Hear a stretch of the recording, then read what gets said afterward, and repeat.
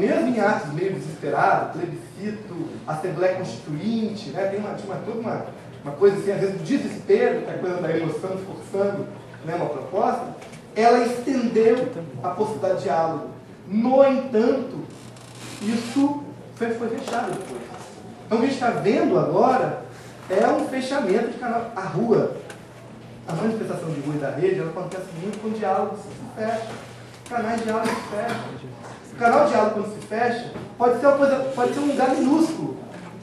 Eu sou funcionário público. Quando o canal de diálogo se fecha com as pessoas que coordenam, a atitude é o quê? De conflito. Então, eu acho que é uma questão muito óbvia que a gente está vivendo. Mas eu acho que o Brasil, ele vive esse elemento também, que é os grandes eventos que estão acontecendo, os compromissos que o Brasil firmou com diferentes atores desses grandes eventos, né, os pactos criados. Então isso também isso se mistura. E isso também vira objeto de questionamento. Né? Como a gente vai fazer um evento garantindo que setores populares, né, tenham seus direitos assegurados, não sejam removidos assim, de uma hora para outra, das suas moradias. São questões tão óbvias, né? São questões tão óbvias. E que isso chega muito rápido às nossas timelines. As nossas timelines são muito políticas. Né? Pessoas comuns que não são, assim, trabalham profissionalmente com política, você vê as timelines dessas pessoas sendo ocupadas constantemente, né? Rolezinho, não vai ter Copa, Operação Copa do Mundo, fora FIFA, né? Não vai ter Copa. Né? Ou seja, você vê que são narrativas que não saíram de nenhum grande veículo. O São Paulo, que nós estamos discutindo, é um país afora. E não há ninguém da classe política, ou talvez não há muitos, ou há pouquíssimos da classe política, que conseguiram compreender esse processo. Por quê? Porque existe uma estrutura de informação em que o parlamentar, o cara que está assessorando, quem está governando, quem está julgando, que é baseado em quê? Em informações que chegam de um único veículo, que é o veículo de imprensa. E o veículo de imprensa, ele até que alguns tentam tentar ao máximo se cobrir de informações do que está acontecendo. Né? Mas, em geral, não consegue ter acesso tão rápido ao que vem disso. Então, a gente precisaria, as assessorias, também mudarem as suas concepções. Ou seja, de também produzirem clippings da rede. Não apenas clipping das estruturas já conhecidas. Coisas tão básicas, tão simples. Né? Ou seja, dialogar com quem vai contratar, de ter ferramentas mais inteligentes de análise. Ou seja, de ferramentas em que informações de clusters sejam incorporadas de maneira mais rápida, mais simplificada, que tenha mais relacionamento com esses grupos. Né? Acho que se a gente cria canais de participação, é como ele falou, a gente insere uma dimensão popular, eu uso o termo popular, obviamente, para demarcar a dimensão de classe. Né?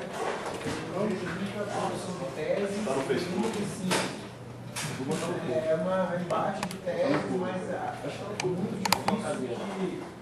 Justamente eu acho que essa relação com o elemento emoção, né?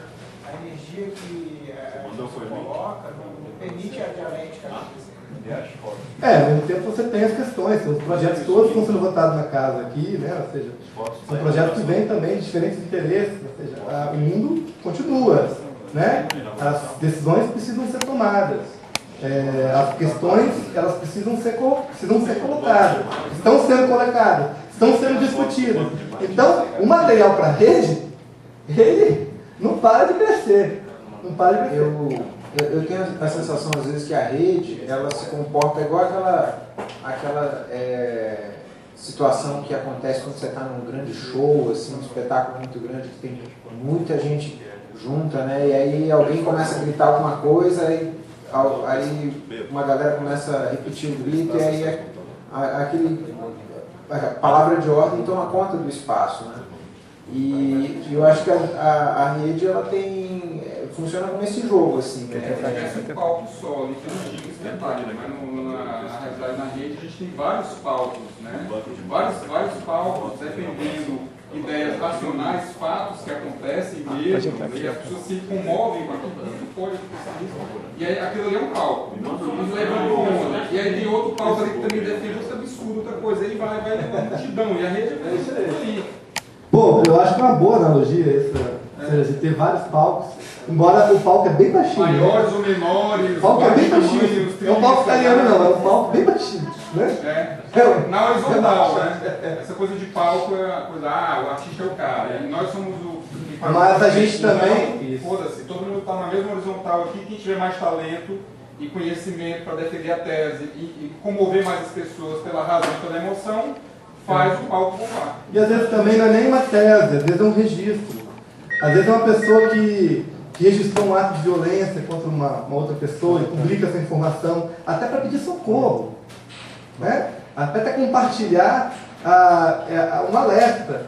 Então, tem vários também tem uma questão de franqueza, né? Então, eu acho que isso ressona na vida. Sem dúvida mesmo. E a falsidade, ela acaba a máscara caindo e virando comédia, virando humor. Isso e aí aí. também é o palco. Né? Porque também, quando a rede leva as coisas também muito a ferro e fogo, né, talvez para artes culturais nossas, a gente também se entedia, assim. Então, por que o movimento das ruas brasileiras conseguiu se fortalecer muito? Por personagens também como Batman, Homem-Aranha, né? A Rafuco e seus personagens, né, maravilhosos da rede, né? Grandes talentos do mundo drag. Nunca chegariam numa TV, né? Nunca. Dentro daquela rede de mundinho fechado do mundo de caras. Essas pessoas, esses talentos nunca chegariam na TV de massa, nunca. Só a rede propicia essa igualdade. Então acho que esses caras, assim, esse cosplayização, cosplay, né? Ou seja, você ter o cosplay dentro das manifestações também tem a ver com a geração, né? Que tem uma dimensão pop que atravessa, né? O mundo dos animes, né? O mundo dos games. Também tem, por exemplo, redes que trabalham a invenção, a diferença como forma de protesto, como as redes ligadas ao mundo LGBT, por exemplo, né? Que tem essa marca da inventividade, né? Da performance na rua. Então, eu acho que essas dimensões, todas essas antropofagias, elas contribuíram, colaboraram muito para que determinadas posturas mais bélicas fossem também diminuídas, dentro do próprio campo daqueles que estão na rua. Dentro daqueles que estão na rua. Vou tentar fazer uma contribuição um pouco mais longa, mas é para tentar trazer esse debate das redes para dentro da instituição legislativa, da instituição Câmara dos Deputados, porque eu acho que o debate tem sido muito rico e muito cheio de argumentos do ponto de vista de como que a internet afetou os meios de comunicação, principalmente função de vontade pública, de opinião pública.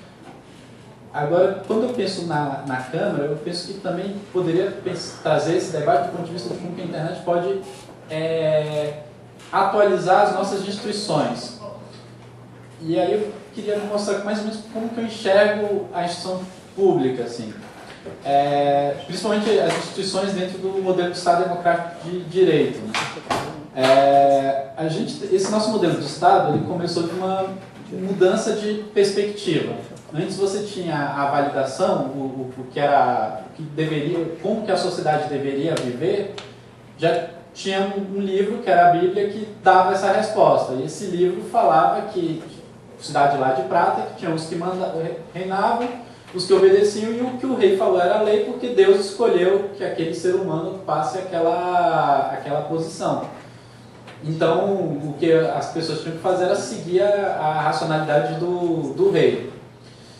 Na época do iluminismo, teve uma mudança de pensamento que era, se todos são iguais perante a razão, todos devem ser livres para viver de acordo com a própria razão. E a racionalidade soberana não pode ser nenhuma outra senão a soma da racionalidade de todos os cidadãos, de todas as pessoas.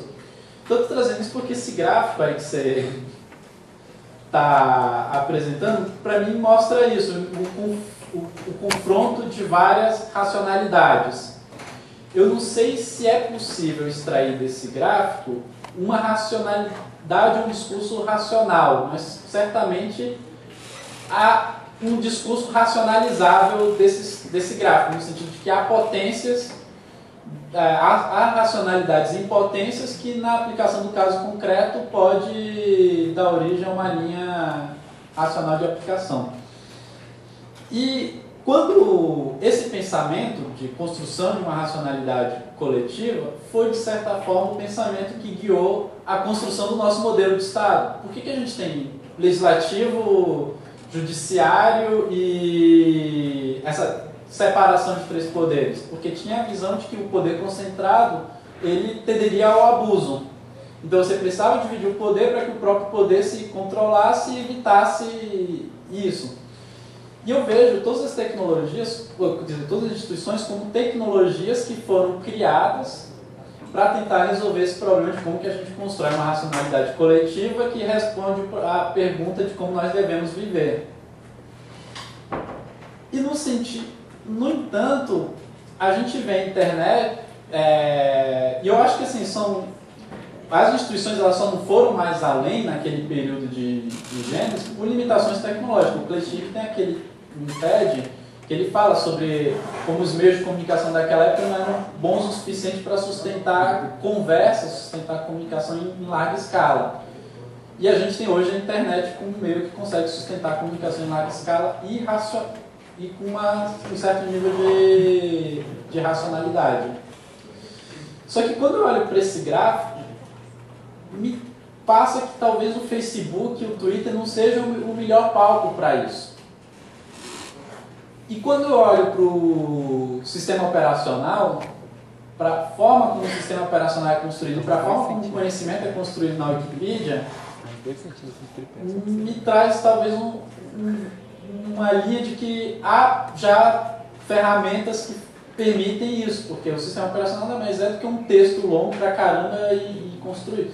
Então, queria saber isso, assim, como que as instituições, elas podem se apropriar, se você tem uma ideia de como que as instituições podem se apropriar dessas possibilidades tecnológicas que a internet e as tecnologias derivadas dela estão trazendo para a gente, para cumprir melhor a sua missão, a finalidade para a qual elas próprias foram criadas, para se tornarem tecnologias melhores nesse sentido. E se a rede do GitHub e de outras redes que elas são orientadas à construção colaborativa de discurso, como a Wikipedia, seriam meios mais adequados para isso, e se quando você analisa o gráfico dessas redes, eles obedecem esse mesmo padrão do Facebook de guerra, de conflito. Acho que bom, eu diria assim, eu acho que a política é um exercício de avaliação meio escotiana, né, no sentido de que é a continuidade da guerra a partir de outros meios, né, que são os meios políticos. Não significa isso que a gente vai se degladiar aqui. Mas, muitas vezes, uma grande maioria, ela detona uma minoria. E a minoria, muitas vezes, traz o direito, porta um poder constituinte. Então, é preciso, então, compreender em que sentido os poderes querem se constituírem governando com muitos. Essa é uma questão, é um princípio básico. E para além de qualquer perspectiva transcendental do que seja o poder e o equilíbrio entre eles, há uma questão muito importante, ou seja, as pessoas vivem, se organizam e colocam questões novas, direitos novos, etc. Eu acho que uma postura primeira como que a gente constrói plataformas, tecnológicas, que dê aos poderes a possibilidade de que essa demanda de direitos e de interpretação sobre também questões que podem vir a se tornarem projetos que vão se tornar direitos, ou programas que vão ser executados, de forma também rápida, porque é preciso a relação entre governo e seus cidadãos tem que ser uma relação muito assíncrona. Né? É uma relação muito assíncrona. Tem um delay muito grande. Então é preciso, já que é muito difícil estar em tempo real, né? É preciso pelo menos reduzir esse delay. Eu acho que uma possibilidade é a gente trabalhar a mineração dos dados, o processamento dos dados, a visualização dos dados e a entrega desses dados de maneira muito clara, para que, por exemplo, um cara que é um deputado fala, não, mas espera aí, o Marco Civil, mas as pessoas, elas estão discutindo coletivamente, e a rede está aqui, e a questão da neutralidade é uma questão importante para que a gente garanta a liberdade plena dos usuários na rede. E derrubar isso, agora pode ser até algo que não crie tanta gritaria, vai criar, né? Mas daqui a pouco a gente vai estar discutindo essa mesma questão, porque essa rede não vai acabar. Ela vai perceber que está sendo bloqueada e ela vai encontrar os seus meios. Exatamente. E aí ela vai vir mais irada ainda. Exato. Da guilhotina do conselho dele. Tá. Eu vou fazer o seguinte. Vou pedir para alguém pegar um café, enquanto a gente vai para uma parte agora dessa rede, como se forma e tal. Bom, tem muita coisa. Eu vou até trocar o do computador, porque a gente vai virar, inverter aqui, e eu vou jogar os dados para lá, naquela tela. Beleza? Só fazer. Pode fazer essa frente. Sempre quando eu vejo isso de que a gente está entrando numa sociedade em rede e isso não vai acabar, eu até concordo que uma vez que você aperta a pasta de dente, você não consegue botar a pasta de volta. Só que eu tenho um receio disso, parece que é pela primeira vez que a gente está vivendo uma sociedade em rede. E não, o passado, a história da humanidade é cheia de períodos em que a gente tem um momento de uma sociedade mais em rede, depois sociedade que se verticaliza mais, e depois ela se horizontaliza mais. E eu acho que se a gente não entender direito isso, a gente pode correr o risco de mais uma vez perder a continuidade de um momento de sociedade em rede. Se a gente analisa, por exemplo, a sociedade da época que foi feita a Revolução Francesa e as revoluções burguesas, elas eram sociedades sob vários aspectos mais em rede do que a nossa. Até da forma como a informação era compartilhada. Todo mundo Mas tinha gráficos abertos ali em Paris, né? Você chegava com o seu conteúdo, o tipógrafo montava lá o chip, você fazia o folhetinho ali, você ia completando na rua. Acabei de saber a informação aqui, o colega lá, contador, está infeliz com a corte, ele pegou as informações de quanto é que a corte gastou em festas e quanto ela aumentou de imposto para vocês. Está aqui, desse tamanho que distribuiu para todo mundo. Exato. O primeiro jornal desse de grande circulação, ele custou mais ou menos o que equivaleria hoje, corrigindo, a $200 mil. Que é um recurso alto, mas é um recurso que é acessível para boa parte da população. 15 anos depois, para você fazer um jornal de grande circulação, você precisaria de um investimento que hoje equivaleria a $15 milhões. Então, o que você observa nesse período de 15 anos? Aquela imprensa, aquela que começou horizontal, se verticalizou e passou a servir não a interesse, a cidadania publicamente inspirada, mas a quem patrocinou aquele veículo, sob um cálculo de lucro-benefício, né? Então, assim, você tinha uma sociedade em rede, eu fico imaginando, sei lá, o pessoal daquela época, quando surgiu a imprensa e estava usando isso, não, a gente está numa sociedade em rede, isso não vai voltar mais. Como assim a Inglaterra não vai vender mais máquinas tipográficas para todo mundo? Só vai vender agora para vocês. Quem quiser agora vai ter que publicar comigo. E por que eu percebo isso? Porque a internet ela já foi mais horizontal do que ela é hoje. Muito mais horizontal. A internet está se privatizando e se verticalizando e a gente nem está se dando conta disso.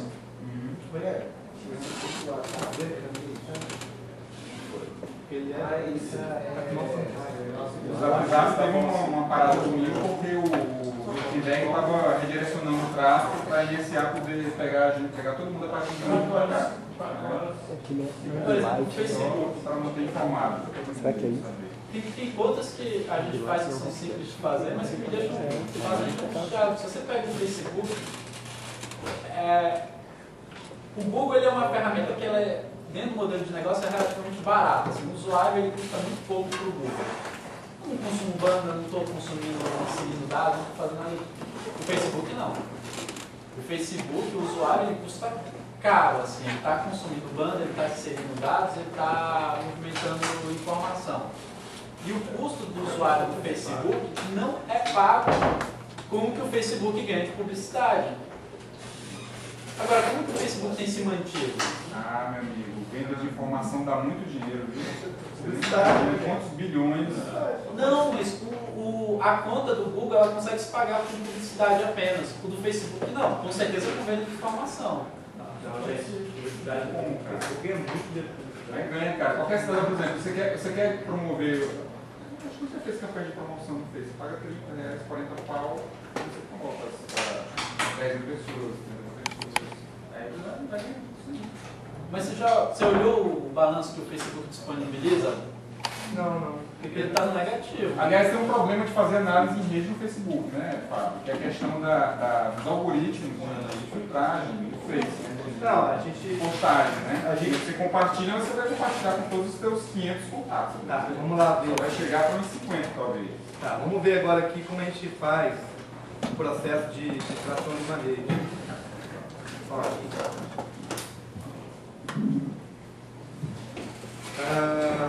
A gente vai trabalhar com... deixa eu montar café. Vamos trabalhar com uma rede do Twitter e uma rede do Facebook, tá bom? Bom, o Twitter, vocês viram lá aquela ferramenta que eu mostrei para vocês, né, o Yotop Keeper? Que ele, meu slide que eu estava subindo aqui, ele tem a scrollers, que faz as extrações, vocês podem ver depois. Mas aqui, aquela ferramenta dá uma saída de CSV e depois a gente transforma esse arquivo em arquivo de RT ou AT. Então, olha só. Vamos pegar... Vai converte onde? Lá mesmo? Até que eu desliguei aqui. Eu vou para fazer essa conversão, tipo no intervalo, no PDI? Não, assim. Tem os tweets. Os tweets, eles têm uma saída, uma planilha. O CSV, a gente consegue. CSV, uma planilha. Você tira lá o All My Tweets, ele posta o CSV ou não? Peraí, esse aqui, ó. Vou mostrar até o GitHub do Yotop Keeper. E aí vocês... Tem aqui, eu acho que ele é bem documentado. Vou mostrar aqui, tá aqui, ó. O Yotop Keeper, na verdade, ele deriva de um programa chamado Twitter Keeper, que foi comprado pelo Hootsuite. Acho que vocês conhecem aqui o Hootsuite, né? Sim. Aquele agregador. Isso. O Hootsuite vende. Você paga $5 para acho que 5 mil tweets ou 10 mil tweets. E aí você pode fazer qualquer requisição, se você quiser. Essa ferramenta paga o Hootsuite. O do Hootsuite, que é Twitter Keeper. O Twitter Keeper é pago? O York não. Por quê? Como o Twitter Keeper é software livre, então ele era licenciado em Copyleft, então a licença possibilitava a comercialização. Mas o código era Copyleft, então eles tiveram que manter o código livre. Então, o que o cara fez? Ele pegou o código e estudou a API, deu uma atualizada na relação com a API do Twitter e disponibilizou. Mas eu acho que um dos modos que hoje eu vejo uma estratégia importante a gente se relacionar diretamente com o Twitter. O Twitter é no Brasil e o nosso caminho é até abandonar o Yotop Keeper e fazer conversa de dialogar com a API do Twitter direto, usando ferramentas. Baixar aquelas bases de Django direto lá do Twitter. Direto, porque o Twitter ele trabalha, acho que, disponibilizando até 1% do volume dos seus tweets. Então, 1% é coisa pra caramba, algum 10%, sei lá quantos por cento.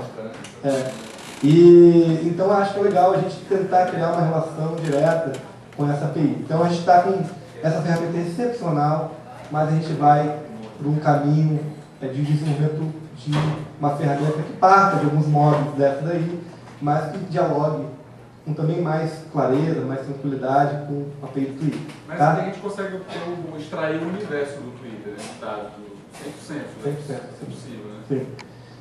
Se o tráfego no Twitter estiver bombando, assim, por exemplo, porque tem uma discussão, tem uma questão que eu não estou lembrando agora, acho que um pouco cansada, que é o seguinte: se você alcança um certo limite de 3 ou 4% da API, ele trava, ele para. Mas, por exemplo, rolezinho não vai alcançar 3 ou 4% do volume de tweets do Twitter.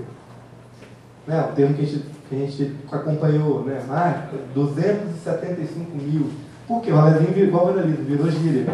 Todo mundo hoje falava, dá um rolezinho ali, dá um rolezinho ali. Você vê que o negócio foi tão forte e pegou tanto, porque tem muito isso. Então, quando ele se popularizou, ele bombou no Twitter.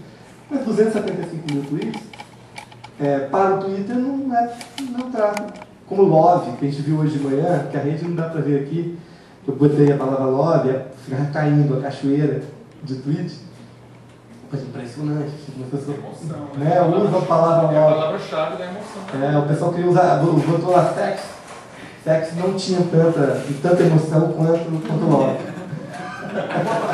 Botafogo explode. Cara, Botafogo dia do jogo é muito pequeno, porque a torcida é muito pequena.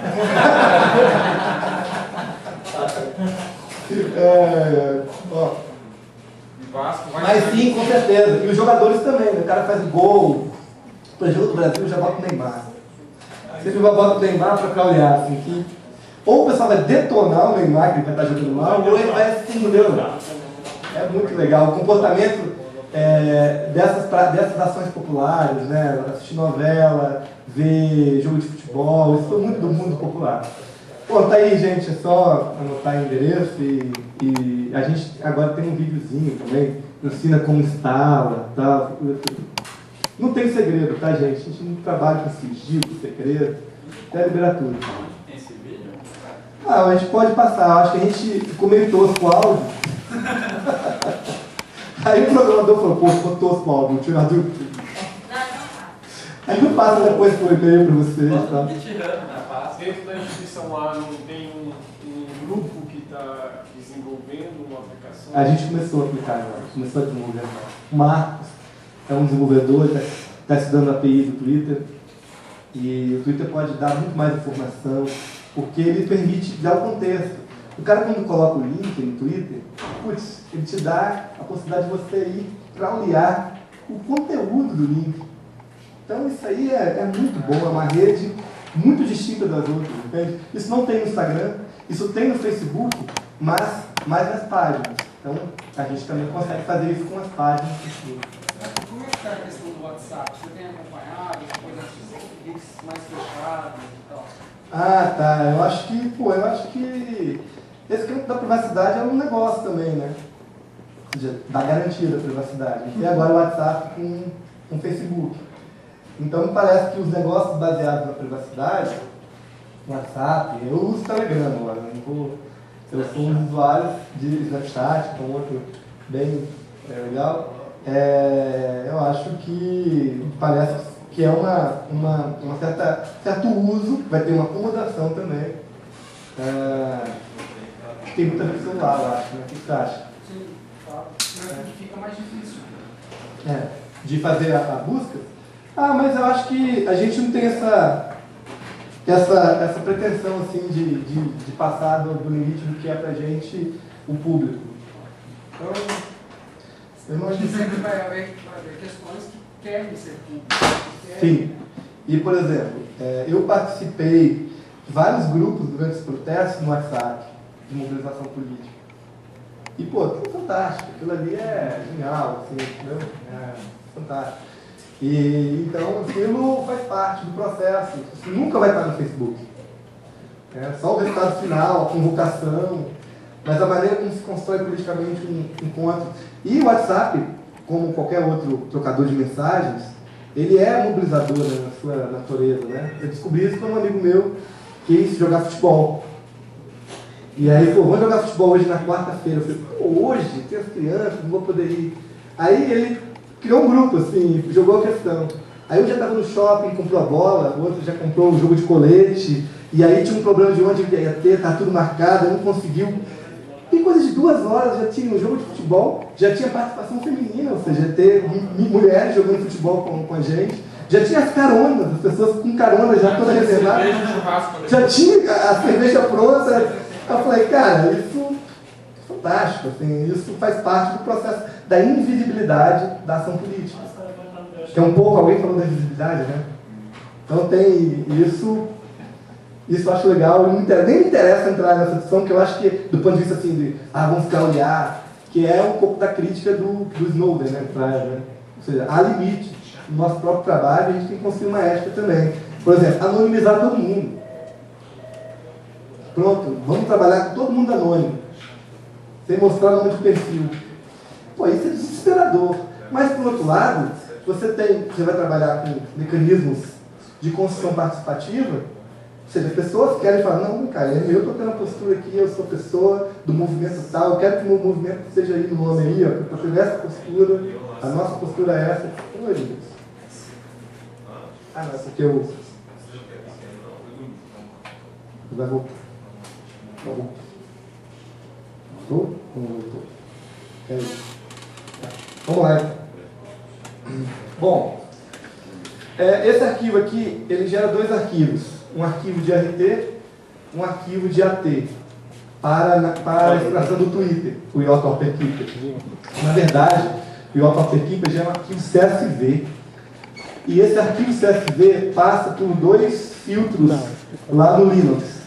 O primeiro filtro é o R, que vai fazer o cálculo de quantos retweets teve, né, quem retweetou quantas vezes, e quantas menções teve, enfim, uma dimensão estatística, e passa por um filtro que é do iGraph, que ele vai transformar, ele vai dividir o arquivo em 2, o arquivo de texto CSV e o arquivo de texto AT, e transformar esses arquivos em arquivo de grafo NR.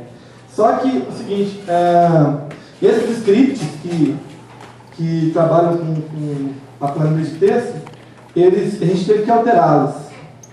Nós temos 4 versões desses scripts. Por exemplo, ele não nos dava o conteúdo dos tweets. Então, para quem vem de comunicação, originalmente, tem um café. Quem vem de comunicação, tem um texto assim, que gosta de discurso, né? Outras humanidades. Aí a gente fez uma alteração no script e obteve o texto.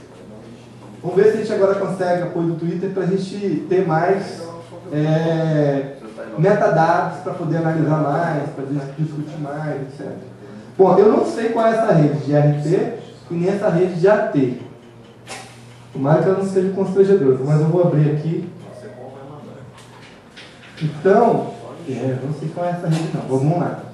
É uma rede que tem 9.000 nós, ou seja, 9.000 perfis diferentes, uma rede pequena. E 19.000 arestas, ou seja, no mínimo você tem aí cada nó retweetando 2 vezes. Né? Bom, o sistema ele possibilita muitas coisas legais, assim, esse programinha. Ele possibilita, por exemplo, você plotar 2 grafos, criar uma timeline deles. Mas vamos lá. Vou dar OK. E aí ele vai plotar todos os nós e as suas arestas. O que são as arestas? Alguém que fez o curso aí quer falar o que são as arestas? O pessoal do curso sabe de qual é salteado. São as relações, são as ligações, são os laços entre os nós. Tá? Então, se ele me retweeta, então existe agora um laço, que é uma linha que foi estabelecida e fotografada, né, e aí nessa coisa visual. Bom, a gente ficou uns 6 meses aí aprendendo a trabalhar nesse painel aí, nesse programa, que é um programa ainda beta, um programa também que é software livre. Esse GFI, né? Ele originalmente, vou dar aqui o endereço para vocês. O fato de você dar carga do CSV do Twitter nele, ele transforma, ele cria esses gráficos ML, né? Não, na verdade eu faço isso no terminal do Linux. Ah, tá. Você usa um Midley, Você usa um comando mais lá? Não, eu uso um comando simples, que eu desliguei o aplicativo você carregou primeiro, você carregou essa aplicação. na verdade assim, aquele aplicativo de AutoKeeper, ele vai acumulando os tweets.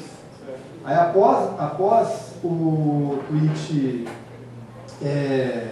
serem extraídos, eu exporto os tweets em um arquivo CSV. Ele tem várias saídas, ele tem saída JSON, ele tem saída de um monte de saída. Aí eu exporto em CSV.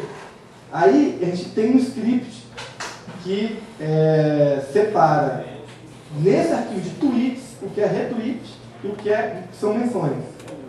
E aí essa saída é uma saída de arquivo GraphML. Tá? Esse é o software, você pode baixar gratuitamente, roda em Windows, Linux e Mac. Então, pode ser um script em Python, por exemplo, que vai lá, vai CSV e uma chave. Ele é em Python. Inclusive ele é em Python. Esse. Bom, vamos voltar para o GFI. Então, o GFI ele tem um painel que trabalha, por exemplo, a distribuição desses nós. Deixa eu só olhar aqui o que é essa rede. Estou curioso. Do que ela se trata? De onde esse CSV veio? De onde ele veio? Foi do... Você configurou o seu UTaperKeep lá, aí criou uma solicitação com uma hashtag e ele gerou esse CSV. Sim. Beleza. Depois você pega esse CSV, roda aí no GFI. Sim. É isso aí. Depois converter ele num script Python. É isso aí. Você pode fazer requisição tanto da palavra quanto de uma hashtag. Tá? Cara, eu acho que isso é Dilma, hein? Eu estou vendo aqui. A Dilma maluca. Depende do que a gente está exatamente no corredor. Eu vi mas hoje eu li isso aqui. Consigo saber do que se trata. Mas me parece Dilma, praticamente todos os tweets, né? Dilma mesmo. Deve ter sido, acho que o termo em fevereiro, tem aqui o timeline, depois eu vou ver. É Dilma mesmo. Vamos lá. Então, a gente tem aqui um processo de organizar, né? Porque esse software é um software de visualização. Né? Então, agora você precisa tornar informativo essa rede, dar sentido informacional a ela. Então, ele tem vários algoritmos aqui. A gente trabalha muito com Force Atlas 2, porque ele é em log, então ele organiza mais rápido a rede. Bom, o que a gente vai fazer aqui? A gente vai gerar uma rede. Então, eu vou aumentar o dimensionamento dela para 50, aumentar a gravidade, diminuir aqui a gravidade, já que eu aumentei, e botar 150. Quando a turma chegar aí, eu vou até repetir essa operação, para eles verem que eu acho que isso assim, quando eu vi isso pela primeira vez, no impacto foi assim, eu fiquei assim, olhando, fiquei chocado, assim, né? Quando eu peguei a rede 12M, foi um ano de mobilização na Espanha, quando eu li, fiquei chocado, falei, gente, o que é isso? Né? E aí eu falei, então agora o negócio é um ano de estudo, me isolei do mundo, eu e o laboratório, e vamos estudar. Tá? Porque essa coisa de ficar, tem que estudar. E aí, foi isso. É isso. Eu acho isso demais, assim.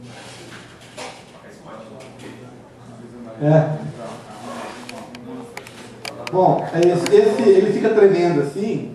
Se você der se der um zoom aqui. É porque os enlaces estão se mexendo. Isso aí. Isso aí, isso mesmo. Ele tem um princípio físico, né? Está acontecendo agora? Não.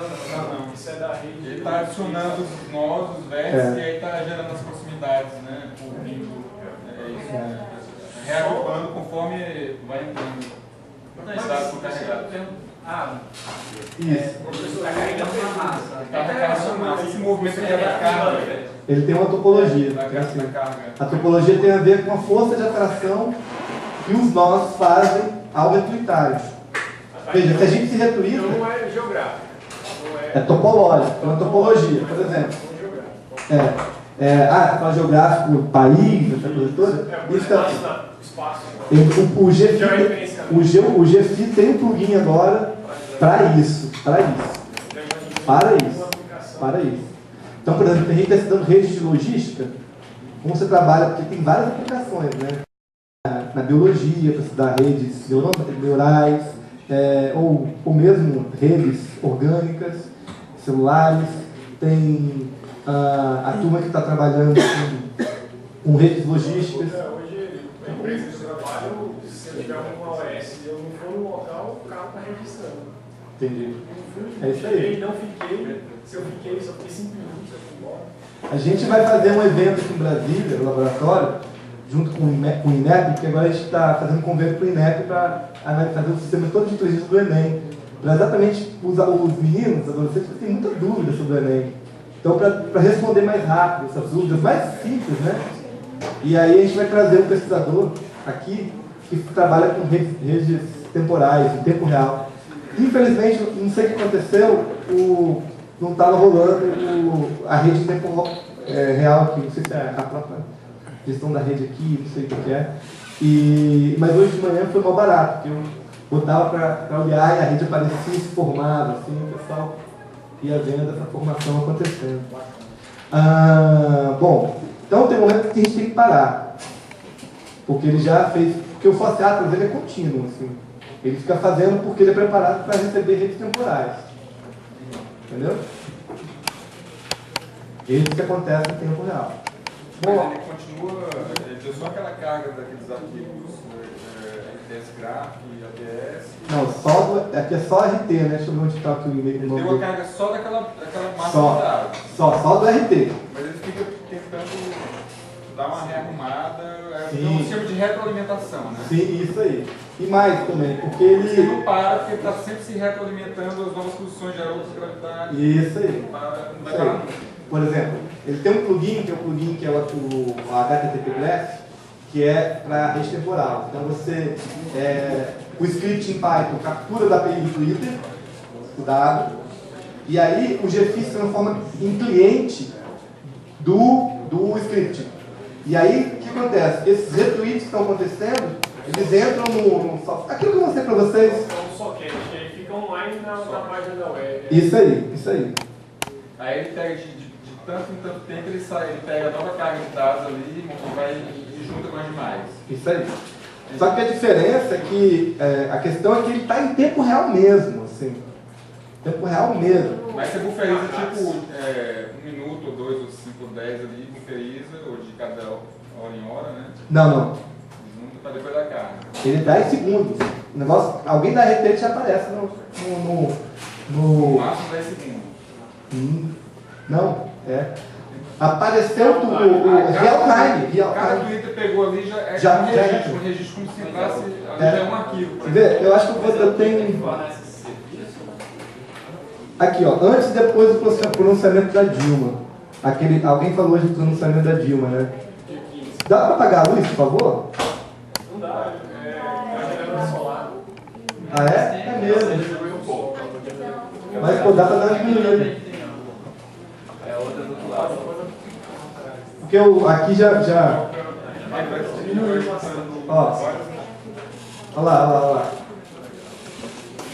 Jornal Nacional acontecendo, outras coisas acontecendo, e são uns 2 minutos antes do pronunciamento dela. Então, o que vai aparecendo? Ele vai... Deixa eu ver se... Aqui que ele vai... No momento, tá vendo aqui, ó? Que tem a tela igual a bolsa da Beyoncé lá. Que vai aparecendo os tweets, o conteúdo deles, e ao aparecer, o negócio vai acontecendo. Então você está aglomerando ali por similaridade. Né? Isso, alguém deu. Isso, retweets, né? O cara de retweets ali. Como você faz a separação dos temas, vamos dizer assim, nas hashtags? Por exemplo, quando você definiu ali na parte que era oposição a Dilma, que era a favor, que era independente. Como é que você pega as hashtags ali e coloca cada um? Como é que você fica sabendo o que está falando a favor, o que é contra? É um script que a gente tem semântico.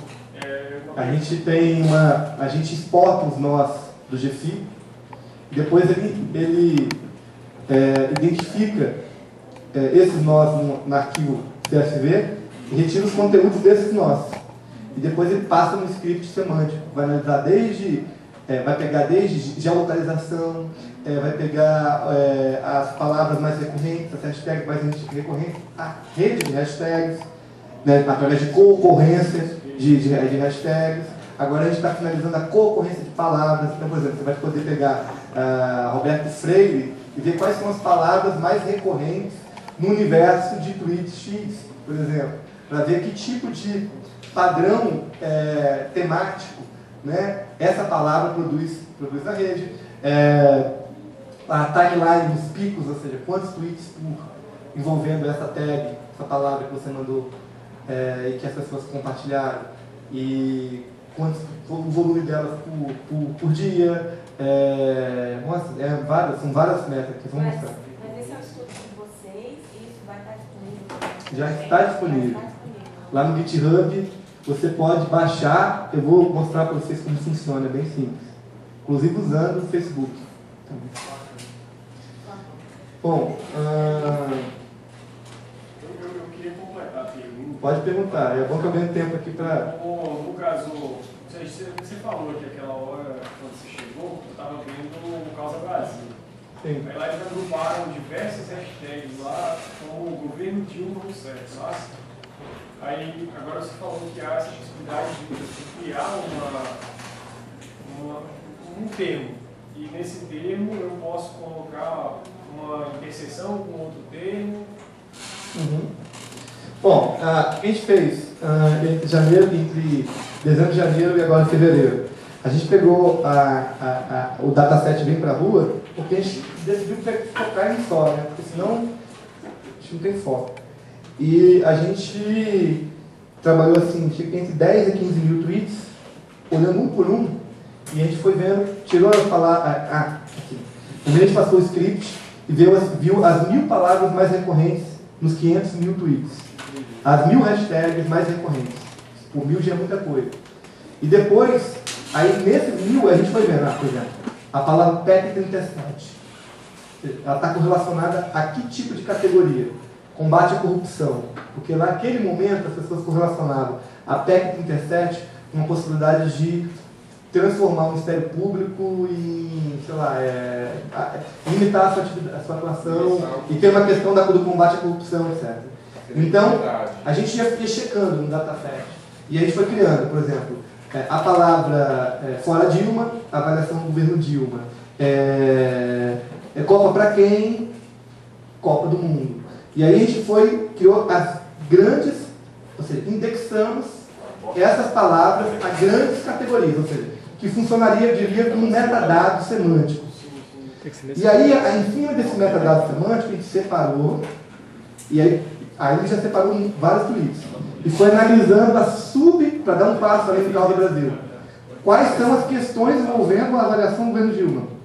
Quais são as questões ligadas à questão da Copa do Mundo? Quais são, ou seja, indexamos, subindexamos as palavras correlatas, que eram muitas, né? A avaliação do governo Dilma, tem um monte de palavras. E aí a gente foi subcategorizando. Agora, o script em Python vai rodar e vai quantificar essas causas, essas questões todas, essas categorias. E aí, a gente vai criar uma interface para que o sujeito, o indivíduo, o usuário, qualquer um, ele possa botar a palavra-chave lá, X, isso vai no Twitter, automaticamente na API, e gera para o cara já uma análise, tanto a rede vai sair para o cara trabalhar depois no GFI, quanto a interpretação prévia dessa análise. Então, é para todo mundo. A ideia é essa, assim, botar na mão. Pena que o Flocker... Você conheceu o Flocker ou não? Flocker? Flocker é da turma da Espanha. Vamos torcer se vai funcionar. Não. Do 15M Data Analysis, que é um grupo coletivo de pesquisadores que está trabalhando com o Manuel Castells. E o Flocker, o que ele faz? Ele mostra as redes em tempo real se formando. Só que eu acho que como está aberta, você vem aqui, ó, e bota a requisição de busca, e ele vai gerar a rede ali em tempo real, tem um laboratório de dados, tem uma nuvem de palavras, e tem um processo de ranqueamento. Vou botar aqui, Just Bieber, porque Bieber é sempre no... Ele segue Isso, vai. ele é livre. Ele é livre. Só que, tá vendo, não está rolando o streaming. Então, eles estão mexendo alguma coisa aí, e eu vou até perguntar ao Torê, que é o cara que está por trás disso aí, o que eles estão fazendo, porque isso é muito legal, porque mostra a rede acontecendo em tempo real também. O que você acha do Causa Brasil? Acho ótimo, cara. Tentativa de interpretar, dar uma interpretação, assim, a um volume de tweets, assim. Eu acho que está um passo além, assim. Meio que, o que significa segurança, entendeu? Acho que tem que ir mais. Dá mais semântica por causa do Brasil. Dá um tratamento mais semântico. Dá mais semântica. Aquelas bolinhas aí, dá uma melhor... Revelar os dados, revelar os tweets, não os nomes, mas os tweets, para as pessoas entenderem se realmente aquela métrica está associada com a questão. A metodologia, eu posso clicar e sair mergulhando até o tweet para ver se está na bolinha errada. Isso aí. Então está misturado. Isso aí. E o próprio usuário faz o seguinte, cara, olha só, esse tweet aí é transporte, é tarifa, transporte público, entendeu? Joga esse aqui de transporte público. Isso aí. Condição de mergulhar. Tem condição de mergulhar. Eles colocaram a metodologia como... Não, mas não tá, cara. Tá mesmo. Se você for ver a data de hoje, o número é o mesmo de ontem, é o número de antes de ontem, é o número do ano passado. O número das menções analisadas. Eu acho que é um ouvido. E também, a gente, nesse processo, a gente tem que descartar várias mensagens também. Por exemplo, o tweet mais republicado do Vem Pra Rua Vem Pra Rua, só isso. Vem Pra Rua. Milhares. Por exemplo, como você categoriza isso? A gente categorizou. Ocupar a rua. Ocupar as ruas. Fábio, o principal trend aqui do Causa Brasil é o rolezinho. Não faz sentido, né? Como é que está nas análises em tempo real aí do LABIC? Ainda está o rolezinho? A gente não faz, a gente não está fazendo essa pretensão ainda. A gente está calibrando a metodologia para quando chegar a interface, chegar assim, redondo, sabe? Então a metodologia agora é isso. Fechamos os scripts, já com essas indexações, criando esses metadados semânticos. Pronto, agora assim, está tudo limpinho, vamos para a interface. Tem condição de sair mergulhando coerente. A macrovisualização está coerente com a micro. E mais, por exemplo, o que nós temos que ver para a rua vai servir para passe livre, vai servir para tarifa zero, vai servir para Ocupa Cabral, vai servir. Então, os mesmos metadados, a maneira de você localizar os tweets em torno de grandes temas e subtemas, ele vai valer para um monte de dataset. A gente só vai incorporar coisas novas nesse dataset. Então, é uma biblioteca, digamos, de metadados que nós estamos criando. Metadado semântico, né? Claro, metadado semântico, que dá sentido, né? Porque é o seguinte, a nossa preocupação é como a gente pode produzir transformação social no nosso trabalho. É isso. Então, Mostrar como é que estão as aspirações populares. Exatamente. Como é que está a onda de racionalidades e emoções Isso aí. em torno Isso aí. de coisas políticas. Isso aí. E aí avançando vários releases, incorporando sempre novas tendências. Vamos montar o GFI. Depois eu vou mostrar o que a gente fez do Marco Civil, acho que é bem legal. Bom, então a gente vê aqui que essa rede, que me parece ser a palavra Dilma, porque é uma rede, eu acho uma rede bem, acho que eu devo ter pegado. Deixa eu dar uma olhada um dia nesse.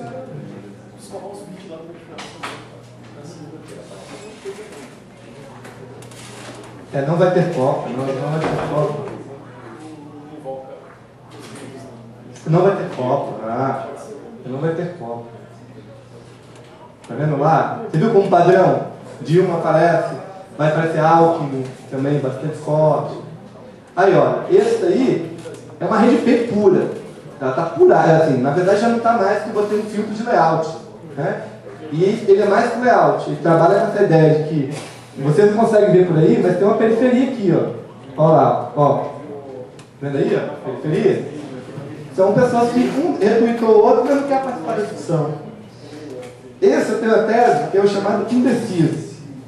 Porque ele sofre fisicamente, aí tem uma dimensão de princípio físico, ele sofre a atração do centro de gravidade. Só que, como você tem muito mais massa juntas, né, aqui, ela... Peraí. Como você tem muito mais massa aqui, ó, o que vai acontecer é que isso vai ficar mais no centro gravitacional do que está aqui. Entende? Ah? Bom, deixa eu voltar a botar no centro isso aqui para a gente visualizar. Feito isso, o passo seguinte é a gente começar já a pensar as métricas. Bom, vamos rodar todas as métricas que o GFI possibilita. Então, uma métrica que é muito comum é a métrica de grau ponderado médio, que vai me dar o seguinte: quem são os perfis que obtêm maior volume de republicações, de retweets, portanto, os perfis mais populares da rede. E aí a gente vê que aí ele gerou já, né, a estatística. Deixa eu minimizar. Vou botar aqui para ele. E ele tem essa opção aqui, esse vermelhinho. Você coloca aqui o in degree. E por que in degree? Você vai ver o grau de entrada de cada nó. O que é o grau de entrada? Se eu retuito, qual é o nome? Denis. Se eu retuito Denis, ou seja, ele obteve aí um valor que vai ser mensurado como um grau de entrada dele. Já tem? Ele vai definir por opacidade? Eu formei uma opinião. Eu influenciei uma opinião. Isso aí. Influenciou não. Você tornou popular a sua mensagem para uma pessoa. Né? E eu estou com grau de saída também 1, porque eu dei muito retweet. Então são princípios diferentes. Quem retweeta, você pode calcular a intensidade informativa da minha, porque eu retweetei ele, então eu estou atento ao que o pessoal está discutindo ele. Você publicou alguma coisa, então você fez um trabalho mais autoral, eu fiz um trabalho de replicar o que você fez. Tá? Então o que vai rolar aí? Eu vou pegar os nós que tiveram mais grau de entrada, no caso. Ou seja, até onde conseguiu chegar com a tua mensagem ali. Isso aí. De certa maneira, assim. Passei, você foi replicando, aí a partir do que você replicou, onde ela foi indo a partir do que eu mandei. É possível, isso aí. Tá? Vamos lá. Você identificar o autor principal aí? Tudo. Sim. Ou depois quem tweetou acaba vendo o autor que ofereceu. Como é que é? Repete, muito rápido. Não, você identificar o autor principal. quem foi feita a primeira publicação. Sim. Então todos esses pontos vão contar para ele, então. Em que casos? Esse grau de saída. Por exemplo, o grau de saída, você replica ela e ele. Então, o que acontece? Ele tem... E ele replica de Ok. Eu venho brincadeira assim. Isso aí, ok. Esses 4 vão contar para mim? Não. Vai contar um para mim. Não como Isso aí. enlace, Isso aí. mas não como enlace, mas vai contar Como- que ele viu aquilo que você escreveu. Como alcance. Alcance. Como alcance. Não como Telex Free. A linha de rede geral. Bom, Uma coisa que uma rede Bom, aí eu defino, ó, o tamanho mínimo de um nó, vou botar 1, o tamanho máximo, ou seja, quem tem mais grau, 400. Ou seja, é absolutamente arbitrário, mesmo para você dar sentido a esse nó. Bom, agora a rede, dá para ver aí que, primeiro, você tem 2 grupos atuando. 2 grandes grupos atuando. Ou pode até ser 3, não sei, vamos ver.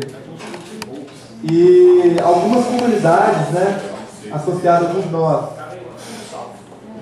Então, só que eu estava explicando no curso que muitas vezes você tem nós que obtiveram muito repliques, ele muda a mediana, então ele cria uma ilusão, que há pouquíssimos nós que são populares. Porque se o cara, por exemplo, publica, ganha 10 mil RTs, e o segundo tem, ou 9.900 retweets, e o segundo tem 100, ou seja, a média, no caso aí, vai ser 5.000 RTs. Então, quem está abaixo disso vai ficar com a bolinha bem pequenininha. Então tem um processo, e tem toda uma discussão matemática em cima disso, você corrige essa distorção. Até porque você pode ter um fenômeno que esse que está abaixo pode um somatório pode ser uma quantidade muito maior do que esse que está acima da média. Perfeito. E além disso, você tem também um tempo, isso é o que eu falei no tempo. Pode ser que esse cara que recebeu 10 mil RTs chegue no final da rede, por exemplo, entendeu? Então ele ganhou uma relevância num tempo, assim, no momento que a rede começou até a diminuir o tráfego dela. Tá? O cara chegou para poder ver se recebemos curtizinho. Galera, só para não deixar o cara ficar no vácuo. Então a gente corrige aqui, ó. Isso. Porque tem muita gente, tem muita gente que vive, hype, ele vive com assunto do momento. Mas quando viu que a coisa estava crescendo, opa, vou me meter esse cara porque eu sou o cara. Isso aí. Eu sou o cara multimídia. Eu influencio, eu influencio. É isso. O que significa isso? Aqueles clássicos de Gatekeeper, Breaker e outros mais também. São papéis característicos de manutenção de rede, distribuição de informações em rede, de fazer informação circular, de informação parar. No Marco Civil nós fizemos isso, depois eu vou mostrar para vocês. E daí você tem a forma como você faz articular a rede e desmontar a rede. Sim. Bom, mas é mais ou menos também, porque a gente não acredita na teoria do gatekeeper, essa é a questão. Não, gatekeeper não acredita, mas matchmaker, tudo que Sim. você falou até agora é matchmaker. A gente usa muito a definição da centralidade da intermediação, que são os brokers, que tem essa função que você colocou. Sim, broker funciona, o gatekeeper só em algumas condições funciona, e o matchmaker funciona muito. Líder, eu não acredito em líder em rede, a não ser em redes tardias e em redes muito maduras, que já estão praticamente estáveis, ou seja, cessando a movimentação. Aí tem uma série de coisas mais. Mas em teorias de papéis de manutenção. Não, eu acho importante ter também, aí você consegue se forçar, né? bastante coisa aí nesses gráficos quando você vai limpar. Sem dúvida, você tem razão. Ou seja, não há como você pensar um trabalho de análise de rede sem compreender os papéis sociais que os atores vão construindo na rede. Aí você vai pegando pelo papel a semântica dele ao longo do tempo. Também dá para fazer isso. Pela penetração dele, a influência que ele vai fazendo. Sim. Aí você consegue entender o comportamento da... Só que o grande lance é que a gente compreende que como ele existe em função da atuação da audiência, então ele antes é a sua rede. Entendeu? Então, por isso que a gente tem um certo receio nessa visão que trabalha a concepção de rede no ator apenas. É uma relação ator-rede mesmo? Você conhece a escola de rede? Conheço. Participa? Não, participo não. Mas eu já vi alguns cursos, algumas discussões. Eu acho só no Facebook, eu acho. Tem um grupo, eu acho. Não sei se... Eu conheço em Curitiba, né? O pessoal de Curitiba, né? Mas eles tocam muito material. Eu sei. Bom, olha só como muda. Deixa eu definir isso pela topologia, tá? Também.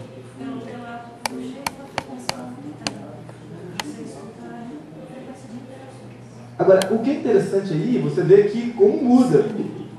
Aí você percebe que essa discussão que você falou fica claro de que como você vai estabelecer aí quem são as pessoas que mobilizam as redes. Tem milhares de pessoas aí que estão grandonas, mobilizando a rede continuamente.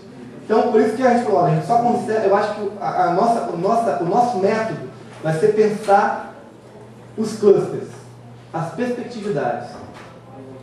Aí a gente foi abandonando a ideia de pensar os canais, que é uma forma de você também analisar a rede.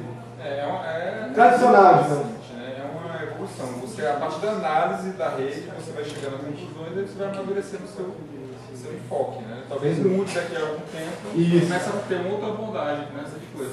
Isso aí. Mas evoluir para essas análises de papéis, combinadas. Você sabe aquela teoria de sistemas combinatórios do italiano lá, do Piero Mirella?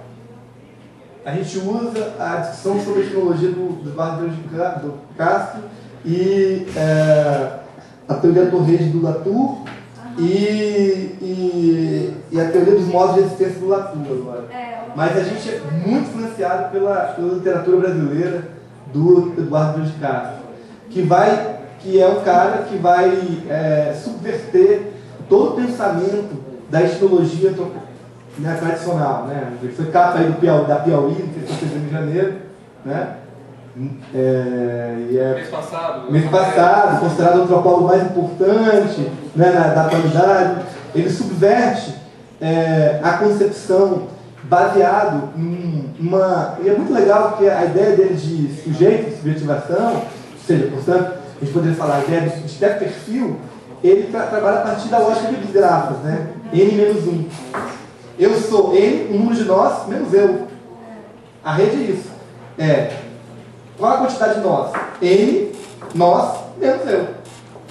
Então, esse princípio, não de negar o indivíduo, o canal, né, mas de impor a ele antes, ou seja, aqueles que estão em relação com ele, isso aí a gente... Na verdade, a rede não são os atores, são as relações.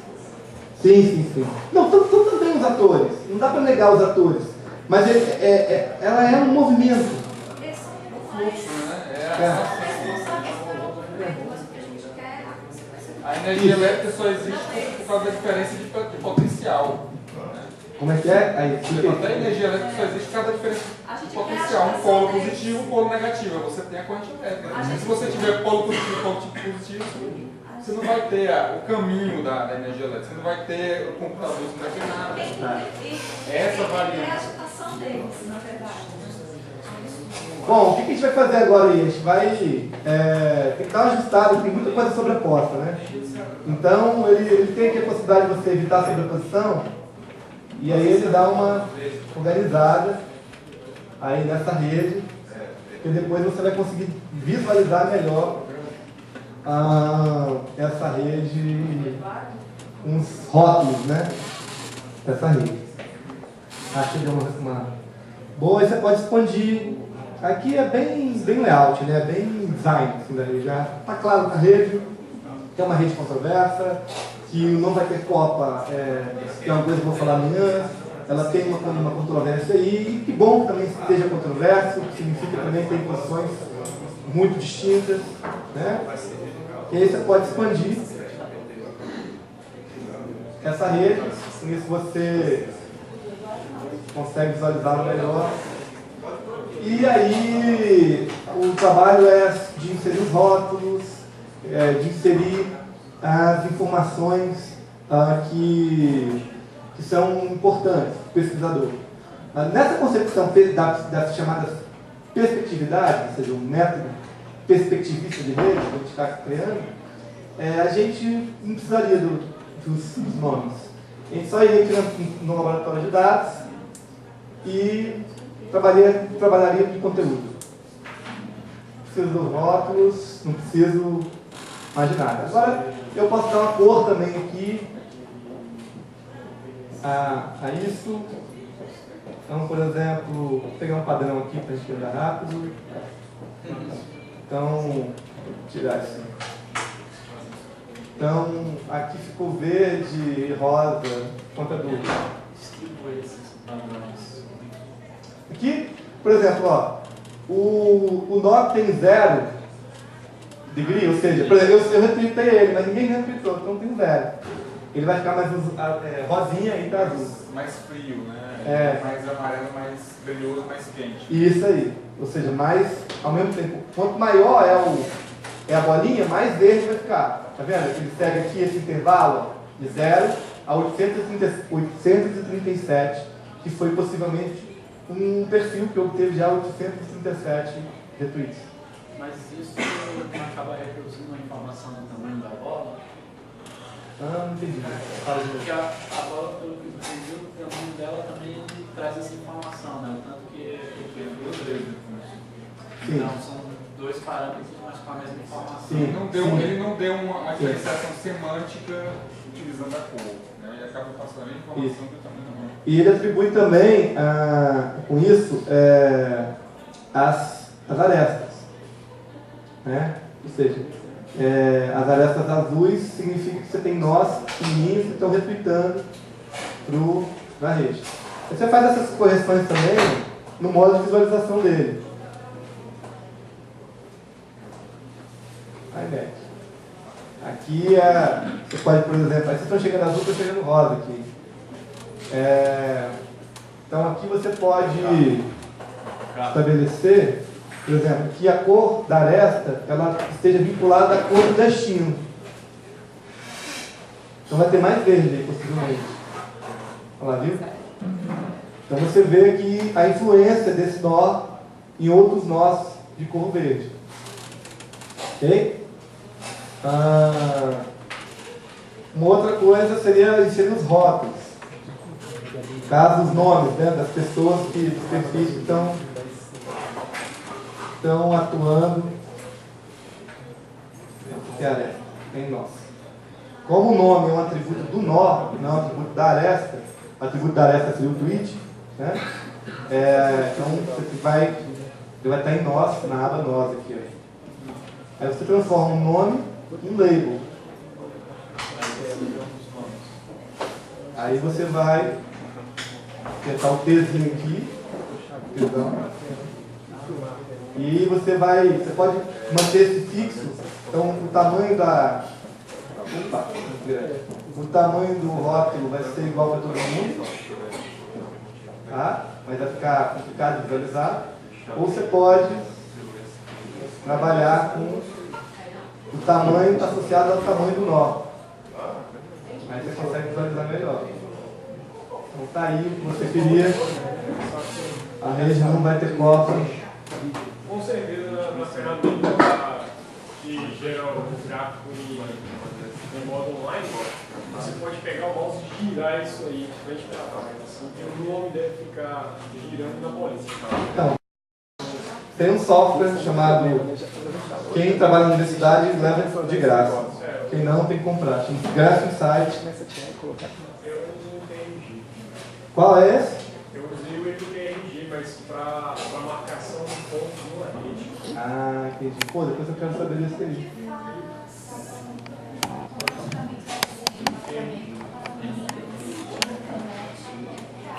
Tem. Mas o limite dele são 300 tweets. Então é um pouco. Qual é ele? Você lembra o nome? Eu conheço um que ele faz assim, ele pega os 300 tweets. E até ele estava disponibilizando, você entrava, por exemplo, você jogava qualquer pesquisa do Google. Ah, não, isso aí eu acho. Pô, legal, eu não conheço. Ó, esse software aí, ele visualiza em 3D.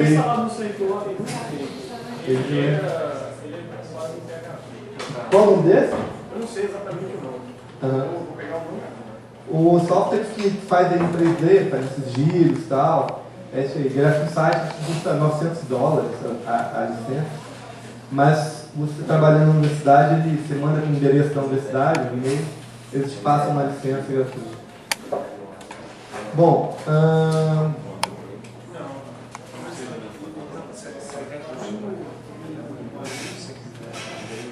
bota labic.net ou Fato Marinho no meu tweet. O que eu botei aí? Ah não, eu escureci as arestas, não faz nada. Ó, tá claro, tem aresta nenhuma. Eu fui escurecendo ela. Por que eu fui escurecendo? Opa! Porque a gente vai ver agora a timeline dessa rede acontecendo.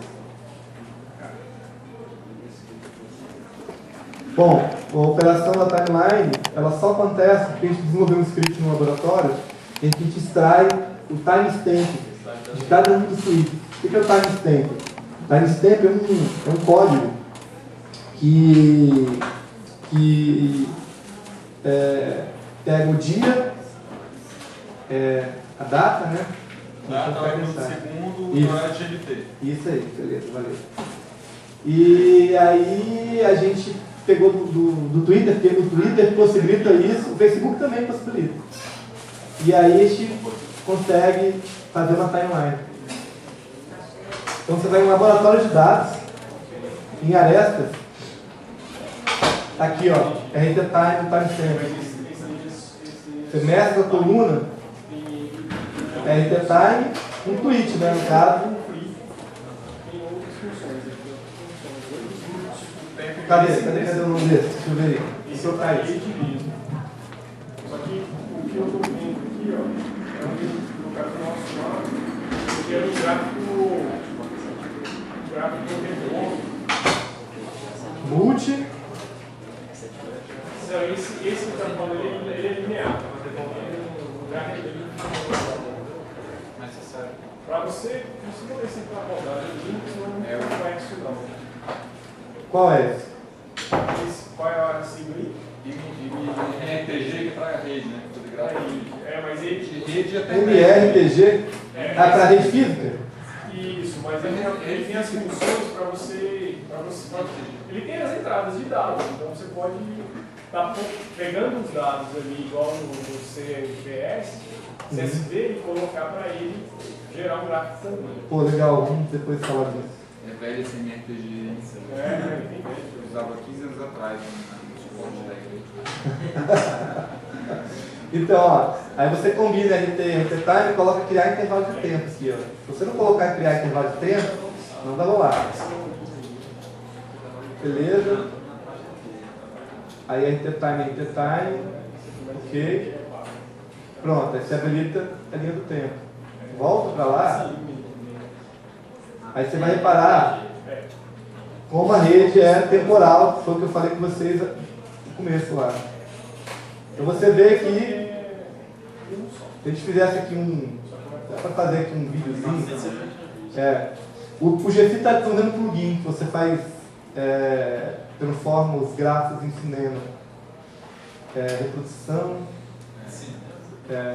Coloca aqui. Em vídeo, né? Em vídeo. O videozinho da dinâmica da rede. Dinâmica temporal da rede.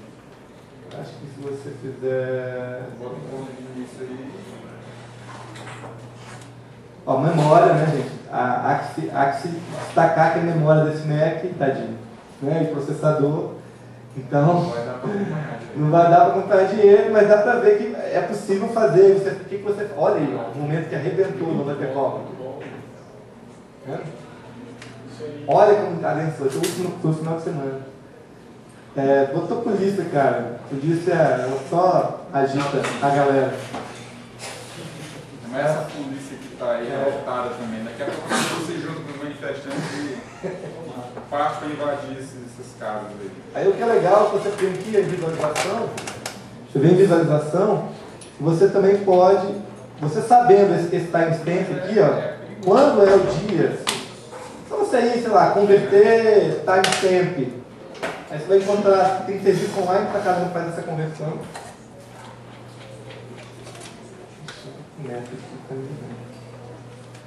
E aí, olha lá, você vai em visualização, então você pode também ir fazendo, se você quiser, por períodos. Né? Você aqui faz quanto que seria por semana aqui. Ele vai gerando. Se você der play lá, ele só gira dentro. Tá aparecendo aqui pra mim, mas como tá probleminha. Olha lá, tá vendo? Vai aparecer. Semana foi que o negócio bombou. Agora tá explodindo. Tá naquela rede lá. Aí. A outra rede reagiu. Nada, isso aí é uma mesma rede. Claro, agora o protagonismo está aqui desse lado. E aí. Mas nesse caso aí são, acho que tem uns 15 dias, né? Não mais, desde o mês de janeiro. Então, o mês de janeiro é pequeno, o volume de retweets. Né? Só de férias, sem smartphone na praia. Exatamente. E se a gente for ver agora aqui, né, aqui a gente consegue visualizar os nomes, toda a mobilização acontecendo. Né? Você vê que são sujeitos que protagonistas. Negócio Santos aqui. Olha, ó, então dá pra ver aí. Comprar esses caras que aí aparecem outros. Oi? Não adianta tentar comprar esses aí. Não, são milhares, né, cara? Porque lembrando que são as pessoas que estão fazendo o movimento de replicar. Pessoas. Então se ele começa a fraquejar no discurso dele, ele cai e outro. Exatamente. Então não tem como. Exatamente. Qualquer dimensão egóica na rede, ou seja, qualquer ideia de que você é uma grife na rede,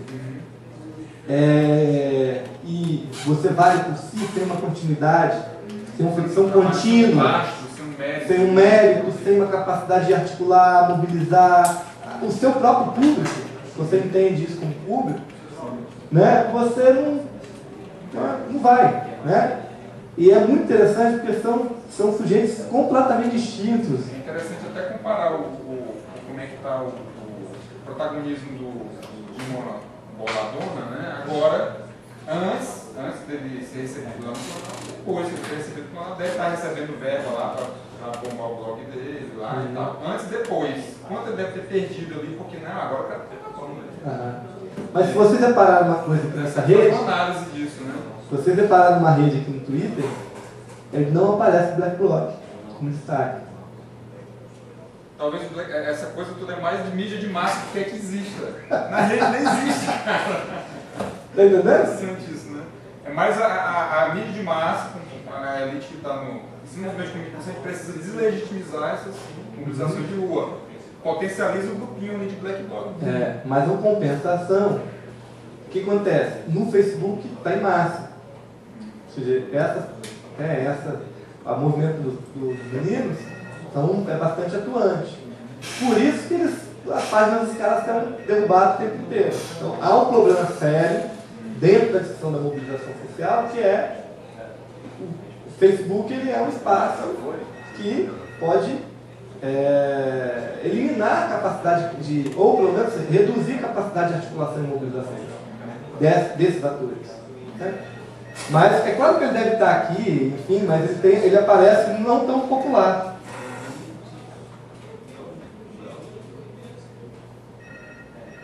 Eu estou indo. Nossa.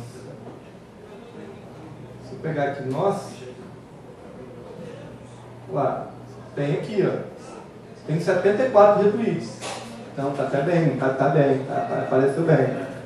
Tá junto aí. Vou ver lá, o que é Black Bloc? Não, e ele tem uma rede dele. Os meninos do Plex, eles têm uma rede própria, né? Então eles têm um trabalho consistente. Agora vocês não viram a rede que está embaixo, né? Olha a rede que está embaixo. Vamos falar dela. A rede, de certa maneira, se antagoniza com MCC Brasil, Zé de Abreu, Tânia Purpurim, Miguel do Rosário. São figuras.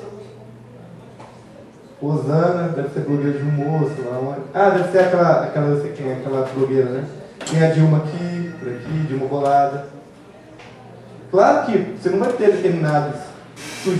Como você tem uma hashtag não vai ter Copa, é um conjunto de sujeitos sociais que estão debatendo, construindo. Se eu pegar, por exemplo, nós temos Copa do Mundo, aí vai aparecer coisa de esportiva, coisa de futebol, patrocinadores, aí você vai conseguir perceber essas outras nuances. Na Copa, então, dinheiro pra gente. Agora, outra coisa é trabalhar é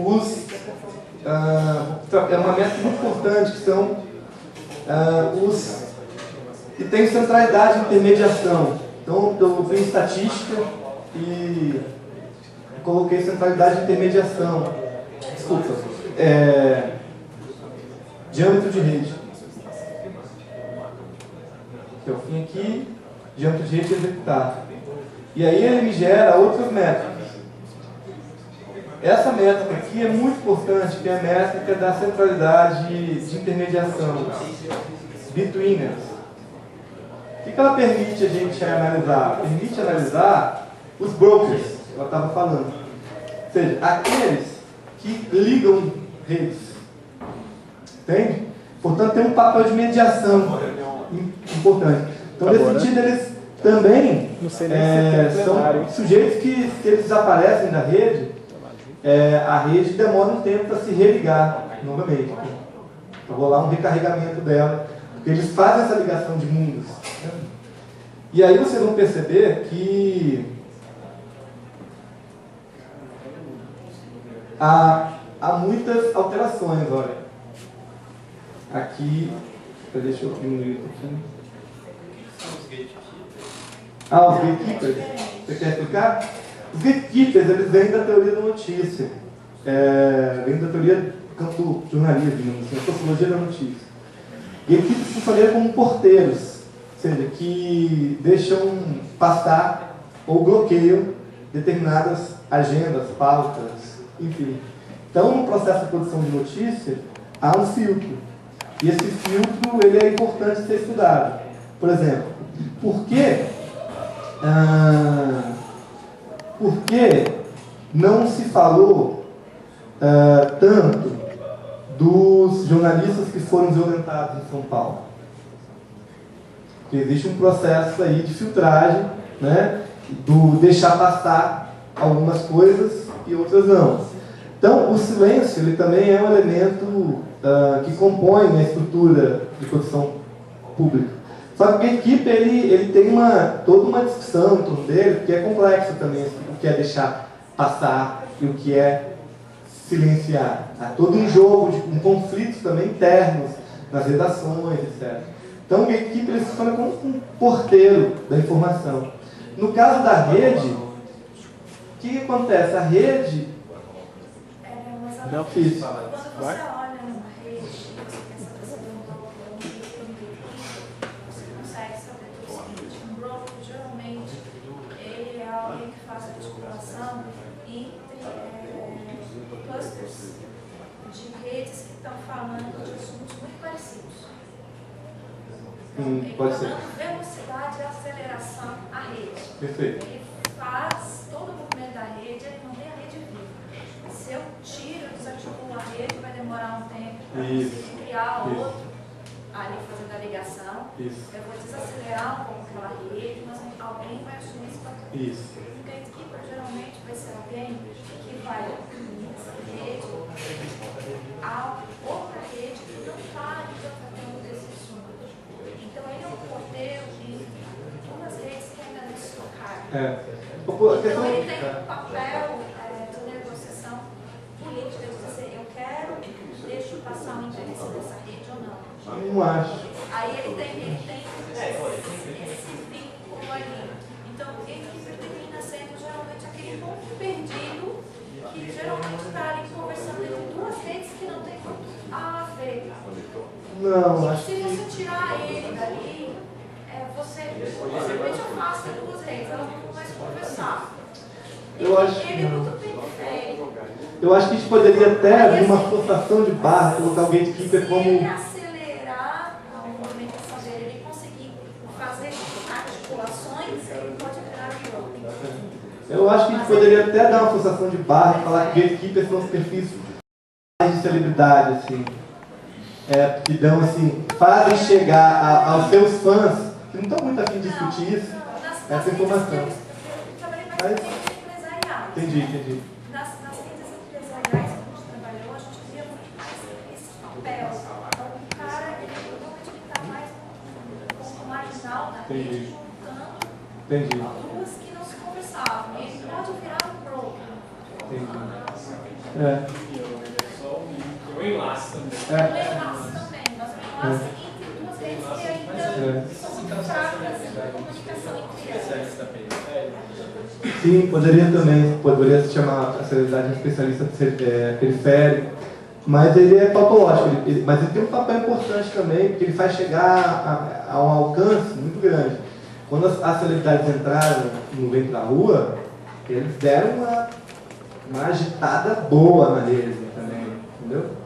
Mas enfim, a questão que eu não acho, o gatekeeper ele lembra a perspectiva de massa. Então, entendi. Então, assim, o 19 tem papéis de iniciação, de manutenção, então daí... Legal isso.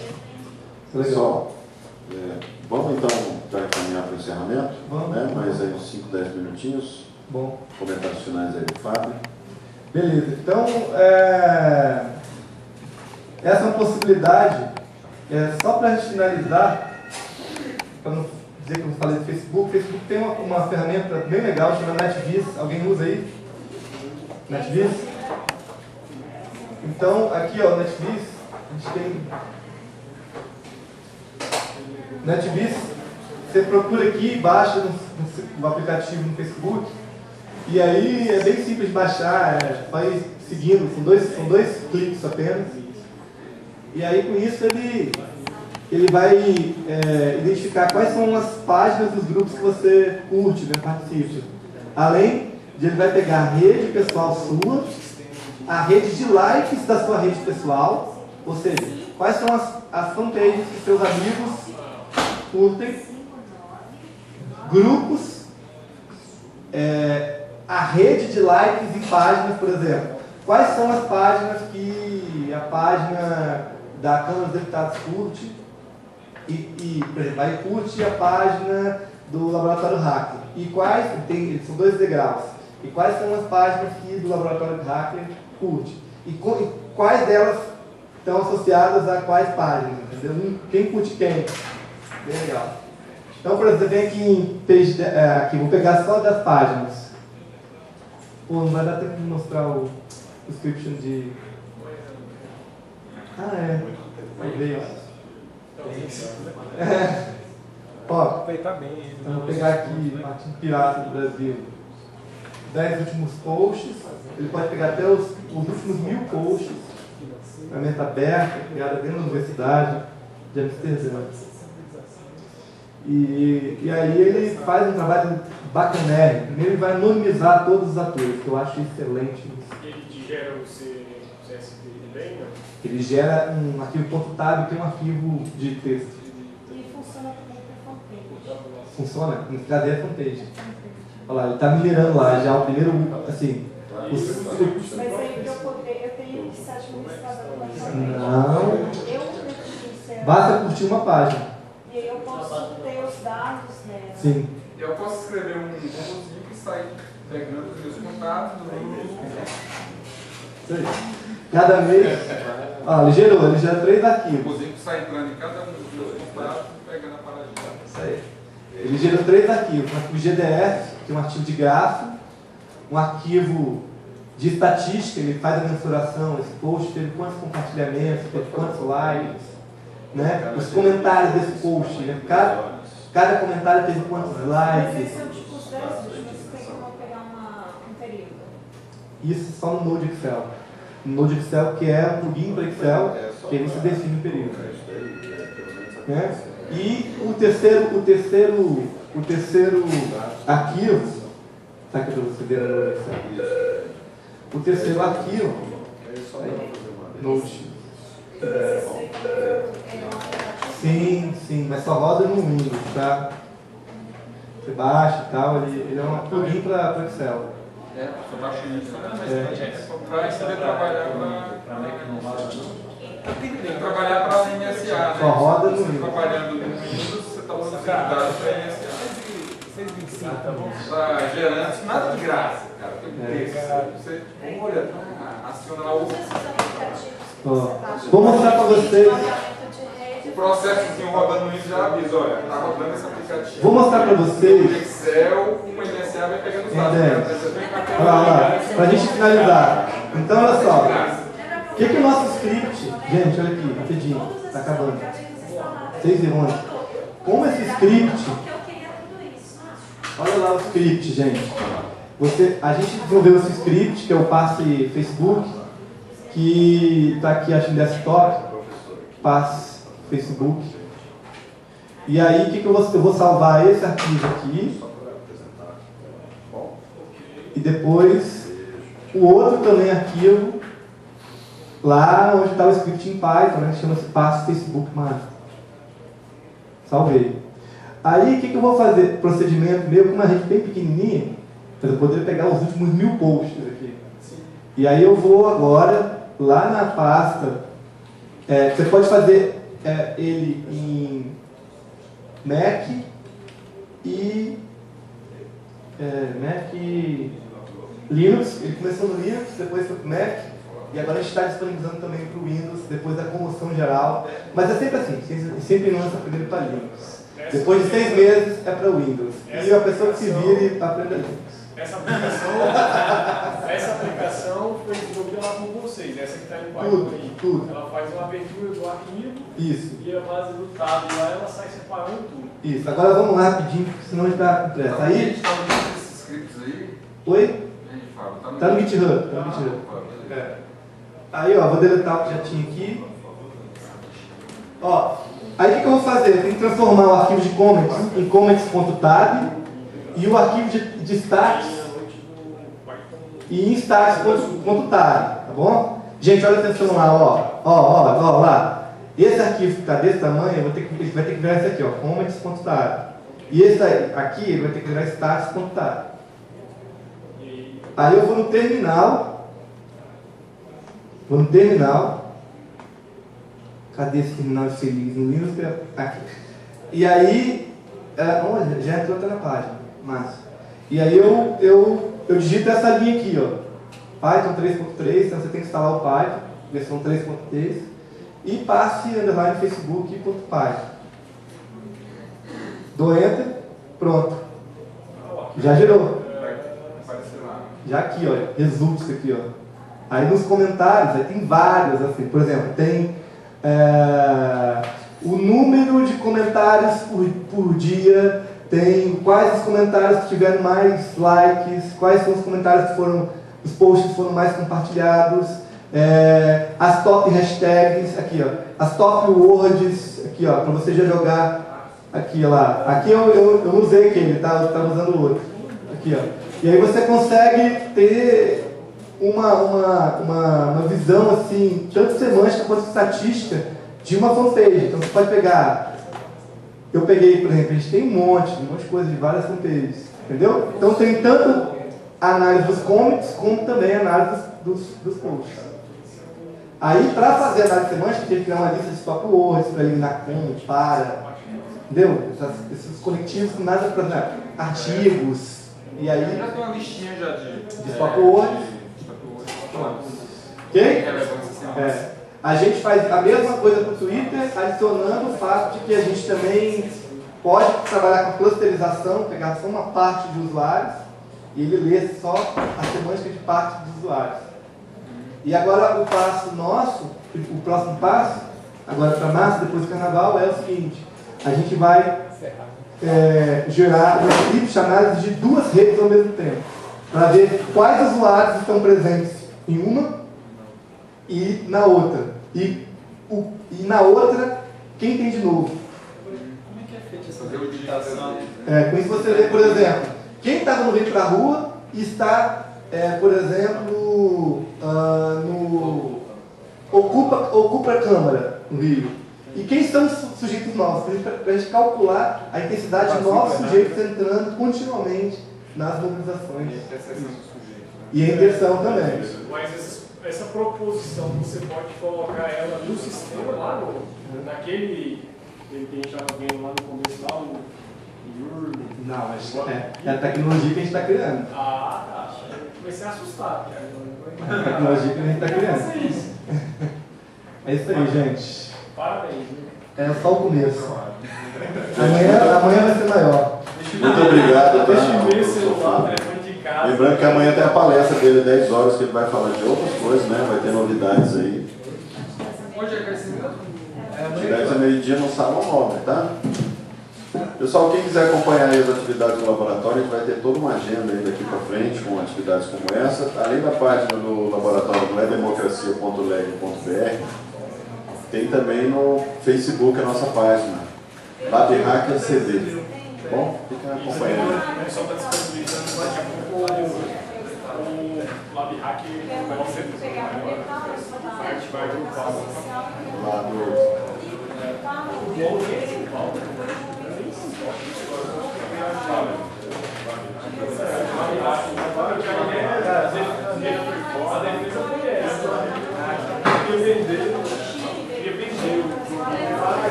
no sábado, fica em casa na